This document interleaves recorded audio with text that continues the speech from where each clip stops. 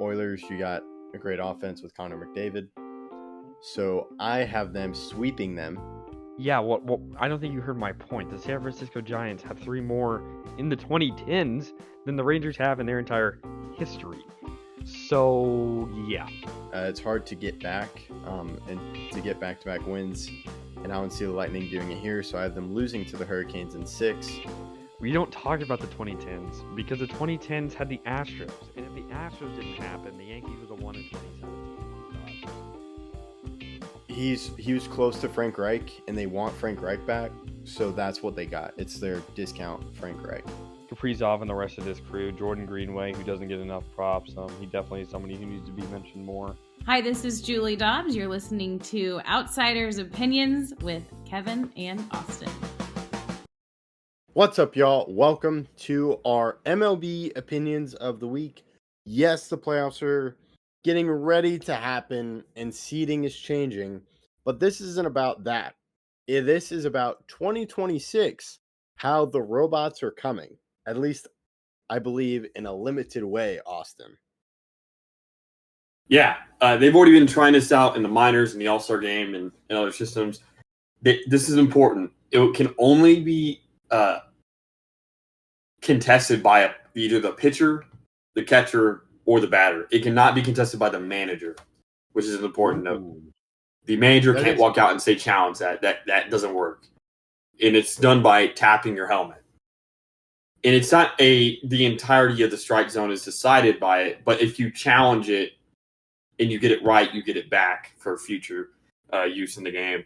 So I think this is a good addition, obviously. I mean, I think at some point, robot umpires should basically take over at least strike zone.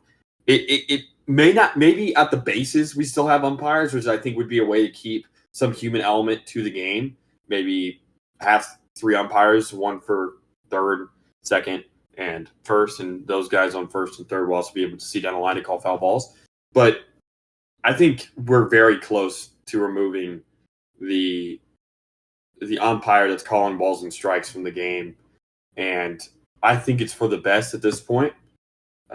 I know there's a lot of people who are complaining. I mean, Toronto has gone through a lot of arguments with umpires recently. And sure, there's been almost every team in their history has had some qualms with umpires making poor calls, whether they're the pitcher or whether they're the batter. So I think this is a good addition, and they're maybe just baby stepping ABS, which is the automated ball strike system, into the game. But I think it's a good addition, and I think it's something that will only grow as we move throughout. Yes, it's something that will grow, and I believe should grow, as you said, because it comes to a point where the human element of calling balls and strikes gets outrageous. There are some terrible calls, and that comes up in key moments. So I like the idea of slowly implementing it because it is relatively a new system, but there are still some kinks to work, and it's going to be used all over the MLB. Now, I know in the minors, but the minors isn't as, I would say, pressure-filled as major leagues. True. This won't obviously be starting right now. It'll be for the entirety of the 2026 season, though. And I can already see it will be used next playoffs, and that will be help to be game deciding one way or the other.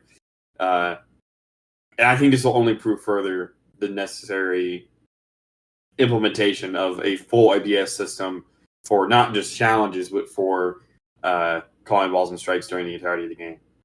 Yeah, and the challenge system, they've slowly incorporated that into the MLB with is he out? Is he not on stolen bases or runs to first? But the idea that a manager can't do it and it's only the pitcher, catcher or hitter batter, yeah, adds an element to it because you only get 2. Unless you get one right. Unless you get one right. But if you don't really want to use that in the first inning with no one on base.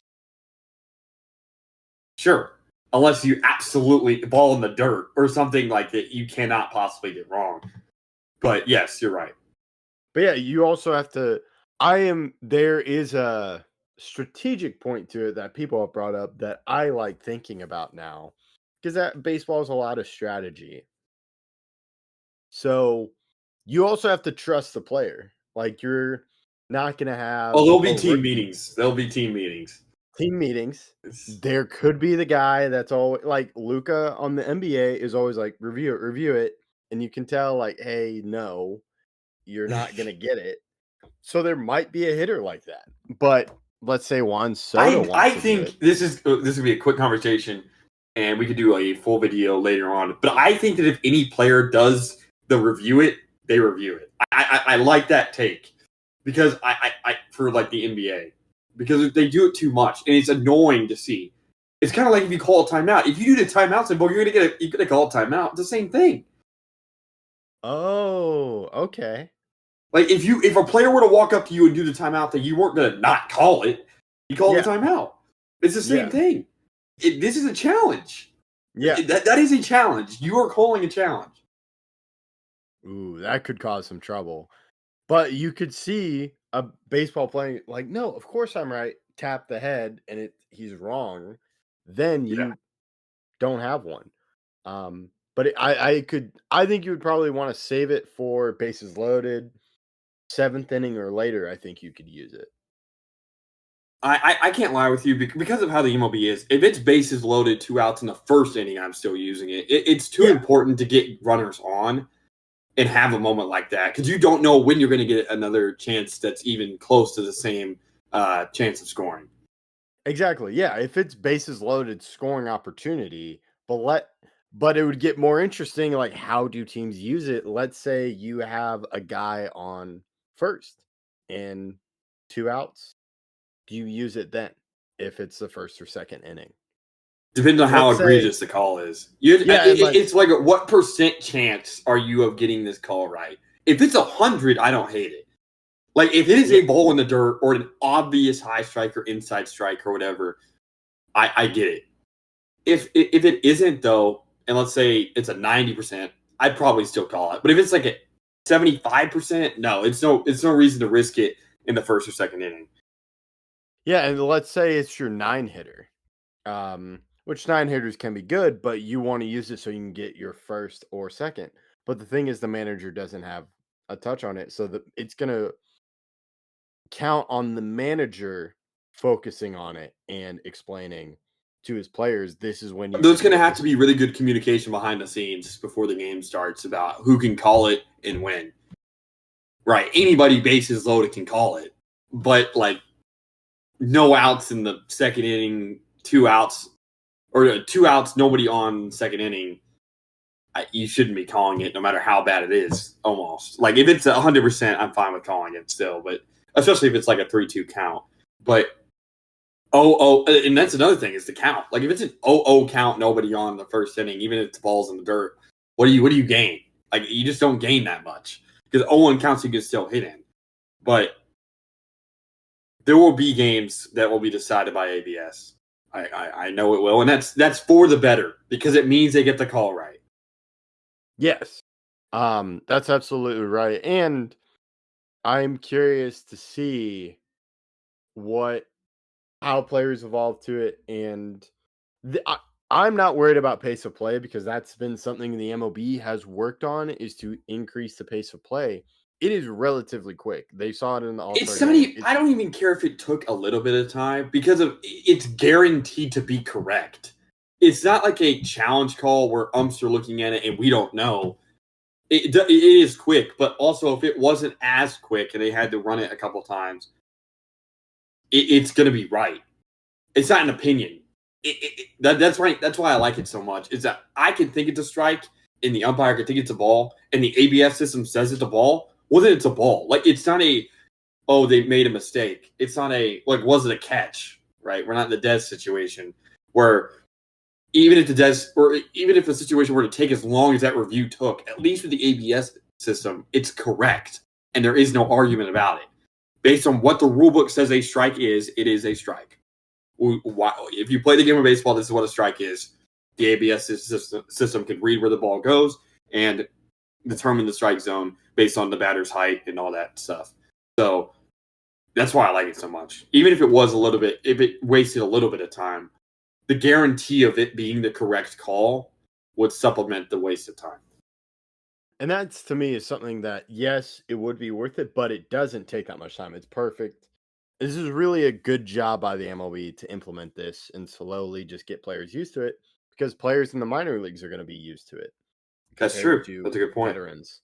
Yeah, so They did kinda start like using it in the spring yeah. season as well, or spring training as well. Yes, and they started using it in spring training as well, I believe last year. So it's really nice, and yeah, let's credit is due to the MLB for doing it, and yeah, I'll let you close this one out.